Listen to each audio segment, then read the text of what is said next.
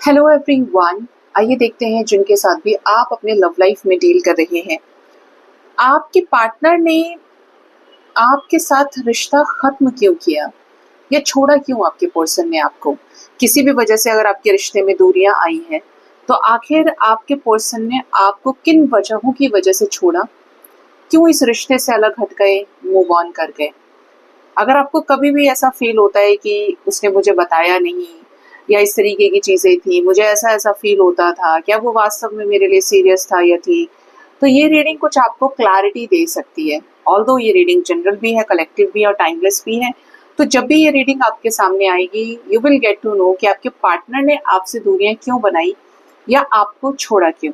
अब मैं नहीं कहूंगी कि ये परमानेंट सेपरेशन है या हमेशा के लिए आप अलग हो गए, बट उस सिचुएशन पर हम नजर डालेंगे, उन रीजंस को हम टैरो के जरिए जानने की कोशिश करेंगे। तो आप बताइएगा कितना आपके साथ रेजोनेट करता है। तो शफल डेक से जो फर्स्ट कार्ड मैं लेने वाली हूँ वो है 7 ऑफ वॉन्ड्स। सबसे पहली चीज तो ये कि जिस वक्त ये आपको मिले होंगे ना, ये ऐसी एनर्जी में रहे होंगे कि आपके साथ इनकी जिंदगी में स्ट्रगल बढ़ गया होगा, कहीं ना कहीं कुछ कॉम्प्रोमाइज कर रहे होंगे, या तो अपने घर परिवार में, मान लीजिए किसी और के साथ इन्वॉल्व थे तो आप दूसरे हाथ में जैसे ही लड्डू लिया आपके पर्सन में वैसे ही प्रॉब्लम्स आ गई, या घर या परिवार को अलग से मैनेज करके चल रहे थे, या लव लाइफ वर्सेस करियर के बीच में ये काफी ज्यादा स्ट्रगल पे आ गए अपने।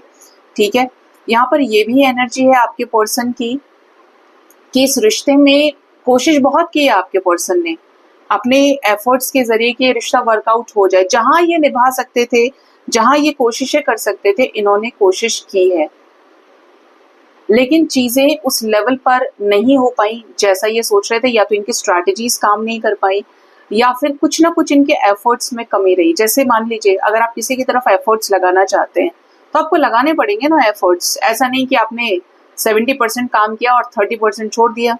यहाँ पर कुछ वैसी एनर्जी है। सेकेंड, यहाँ पे जो एनर्जी है वो ये भी है आपके पर्सन की कि आपके पार्टनर अवेकन नहीं हो पाए, इस कनेक्शन की एनर्जी को समझ नहीं पाए, इस कनेक्शन को अपने हाथों में सही तरीके से लेकर चला नहीं पाए। प्यार करना बहुत आसान है, आप सोच रहे हो कि आप एफर्ट्स डाल रहे हो, लेकिन वास्तव में जब बात कमिटमेंट की आई तो आप नहीं स्ट्रगल कर पाए, आप नहीं स्टैंड ले पाए, आपकी कोशिश नाकामयाब हो गई। किसके सामने? अपने लोगों के सामने, जब बारी आई कि तुम्हें एक को चुनना पड़ेगा। ठीक है, तो ये बहुत बड़ा रीजन रहा है आपके पर्सन का कि स्ट्रगल करते करते रह गए, या चीजों को उस तरीके से सीरियसनेस के साथ अंजाम कहीं ना कहीं नहीं दिया है, कोई कमी रही है जिसकी वजह से आपके पार्टनर के साथ आपकी चीजें खत्म हो गई, या इन्होंने इंस्टेंट इस कनेक्शन को कट ऑफ किया। सेकेंड जो एनर्जी है वो है नाइट ऑफ सोर्ड्स। आपके पार्टनर का सबसे बड़ा जो दुश्मन रहा है वो गुस्सा भी रहा है। बहुत इरिटेटिंग बिहेवियर, गुस्सा करना, चिड़चिड़ करना, कोई छोटी सी बात अगर किसी ने बोल दी तो बुरा मान जाना, और ऐसे पकड़ के ऐसे दिमाग में दिल पे लेके बैठ जाना कि मजा ले गया कि ये माफ कर दे फिर किसी को। ठीक है, इस टाइप की एनर्जी है कि आपकी कोई बात बुरी लग गई, आपने कुछ ऐसा बोल दिया और उसके बाद अपने नखरे इन्होंने शांत नहीं किए कभी। ये पता है कब होता है? जब इमोशंस कम हो और गुस्सा ज्यादा हो, ईगो ज्यादा हो, क्योंकि एक ही चीज रह पाती है, प्यार है तो ईगो नहीं रहेगा, और ईगो है तो प्यार नहीं हो सकता। ठीक है, तो कोई जल्दबाजी में डिसीजन इन्होंने ले लिया, या आपकी किसी चीज से नाराज हो गए, कहीं आपको जज कर लिया और एकदम आपके लाइफ से फौरन ये निकल गए। ये यहाँ पे रीजन दिखता है। हो सकता है कुछ लोगों के पार्टनर का ट्रांसफर कहीं और हो गया, इन्हें कहीं और जाना पड़ा, जिसकी वजह से ये कनेक्शन एंड हो गया होगा। थर्ड वी हैव इमेच्योर रहे हैं, गुस्से से लाल पीले होने वाले पार्टनर हैं आपके। थर्ड है एस ऑफ कप्स। हो सकता है कि आपके पार्टनर के पास बेटर ऑप्शंस थे, या बेटर ऑप्शंस मिल रहे थे जो आपसे बहुत ऊपर थे, या तो ये किसी के साथ थे सीरियस कनेक्शन में, या फिर इनको आपके अलावा भी कहीं ना कहीं से ऑफर्स आ रहे थे, देन सडनली साइलेंटली ही लेफ्ट। ठीक है, अचानक से जाना कुछ बेहतरी की तलाश में। बोलते ना कि आप बेहतरीन के चक्कर में, बेहतर के चक्कर में आप बेहतरीन खो जाते हैं, खो देते हैं। वही हुआ है आपके पर्सन के साथ में। इनको विन विन आउटकम चाहिए था, कोई इनको ऑफर कर रहा था अपना एस ऑफ कप्स, उसके साथ फ्यूचर ब्राइट देख रहे थे। हो सकता है कि इनके पेरेंट्स इनको ऑफर कर रहे हो। ठीक है, तो किसी के साथ नई शुरुआत करने की वजह से या इन्होंने ये सोचा कि यार मैं अभी तैयार नहीं हूँ इस रिश्ते में नई शुरुआत करने के लिए, मैंने डेट करना था, जानना था, दोस्ती रखनी थी, बट मुझे शादी नहीं करनी है, या मुझे इतना सीरियस कनेक्शन नहीं चाहिए, कमिटमेंट कैसे दे दूं मैं। ठीक है, तो लेस कमिटल भी रहे होंगे, इस वजह से ये आपके साथ आगे नहीं बढ़े। इस रिश्ते में न्यू बिगनिंग को लेकर, इस रिश्ते की स्टेबिलिटी को लेकर ये बिट कंफ्यूज रहे हैं, या तैयार नहीं रहे, उतने ऑनेस्ट ये नहीं रहे हैं। या देख रहे हैं स्मोक है और उसके बाद ये हाथ आगे की तरफ आ रहा है, मतलब आपको ऑफर करते टाइम, आपके साथ एक्शन लेते टाइम, आपके साथ इस रिश्ते को स्टेबल करते टाइम, फिक्स करते टाइम इनकी कमी रही है बहुत ज्यादा। मिल जाए तो मारना पकड़ के। Next we have 7 of cups. आपके पार्टनर फ्लर्ट हो सकते हैं, जिसकी वजह से आपके पार्टनर ने इस रिश्ते को कट ऑफ किया। मैंने बोला कहीं से कोई अच्छी अपॉर्चुनिटी आ रही थी, यहाँ पे एंजल्स ने ठीक बात फ्लर्ट का कार्ड दे दिया। Choices, options, multiple responsibilities, other priorities इनके लाइफ में हो सकते हैं जो आपसे ज्यादा वरीयता रख रही थी, इंपॉर्टेंस रख रही थी आपके पर्सन के लाइफ में। ठीक है, जिसकी वजह से आपके साथ ये रिश्ता आगे नहीं बन पाया, इनका आगे नहीं बढ़ पाया, या तो पैसे के चक्कर में आए, प्रॉपर्टी के चक्कर में आए, या और लोगों के चक्कर में ये आ गए कि ऑप्शंस थे।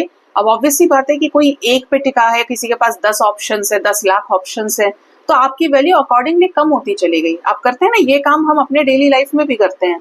हमारे पास अगर एक कपड़ा होता, हम उसे बहुत सहेज के रखेंगे, उसको टाइम से पहनेंगे, बार बार केयर करेंगे। वो 1 से 2 हुए तो अब दूसरे पे मन आ गया, अब वो पहला वाला चलो थोड़ा थोड़ा पहन रहे हैं, बराबरी उसको दे तो रहे हैं, उसको निभा तो रहे हैं। अब वहीं पे मैं बोलूं कि 500 कपड़े और ला के रख दिए, आप पूछेंगे भी नहीं उसे जो पहले आपने लिया होगा। यही आपके पर्सन के साथ भी हुआ है कि इन्होंने आपको चॉइसेस में डाल दिया और इसी तरीके से निकल गए आपकी लाइफ से ये।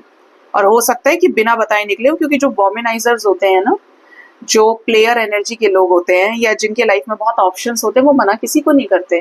बहुत मजाक में एक चीज बोलूंगी, अब मुझे नहीं पता यहाँ पे कौन मेल है कौन फीमेल है, आप सभी रीडिंग्स देखते हैं, क्लेम करते हैं तो ही पता लगता है कि जो फ्लर्टिशियस लोग होते हैं, या लड़कों के लिए बोला जाता है जनरली कि लड़कियां अपने दिल में, लड़कियों का दिल बहुत छोटा सा होता है, उसमें एक ही फिट हो पाता है।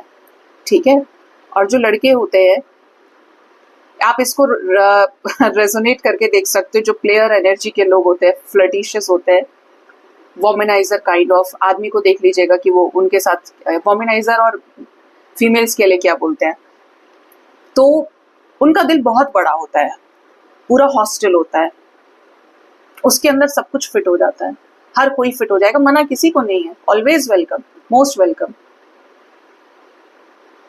लॉयल्टी की कमी रही है आपके रिश्ते में। ठीक है, नेक्स्ट है यहाँ पे 10 ऑफ वंड्स। आपके पार्टनर के ऊपर हद से ज्यादा जिम्मेदारियां हो सकती हैं, बहुत बिजिएस्ट पर्सन आपके पर्सन रहे हो, घर भी चला रहे हैं, परिवार भी देख रहे हैं, उसी बीच में आपका कनेक्शन भी पाल लिया इन्होंने। और कनेक्शन में फिर अब कि आपको टाइम कैसे दे, स्टार्टिंग में तो प्यारी प्यारी बातें कर ली कि इस कनेक्शन से कुछ मिलेगा, उसके बाद अब निभाने की बारी आई तो घर परिवार याद आ गया, बच्चे याद आ गए, रिस्पॉन्सिबिलिटीज याद आ गई दुनिया जहान की, कि ये सारी रिस्पॉन्सिबिलिटीज का ठेका तो आपके पर्सन ने लिया है।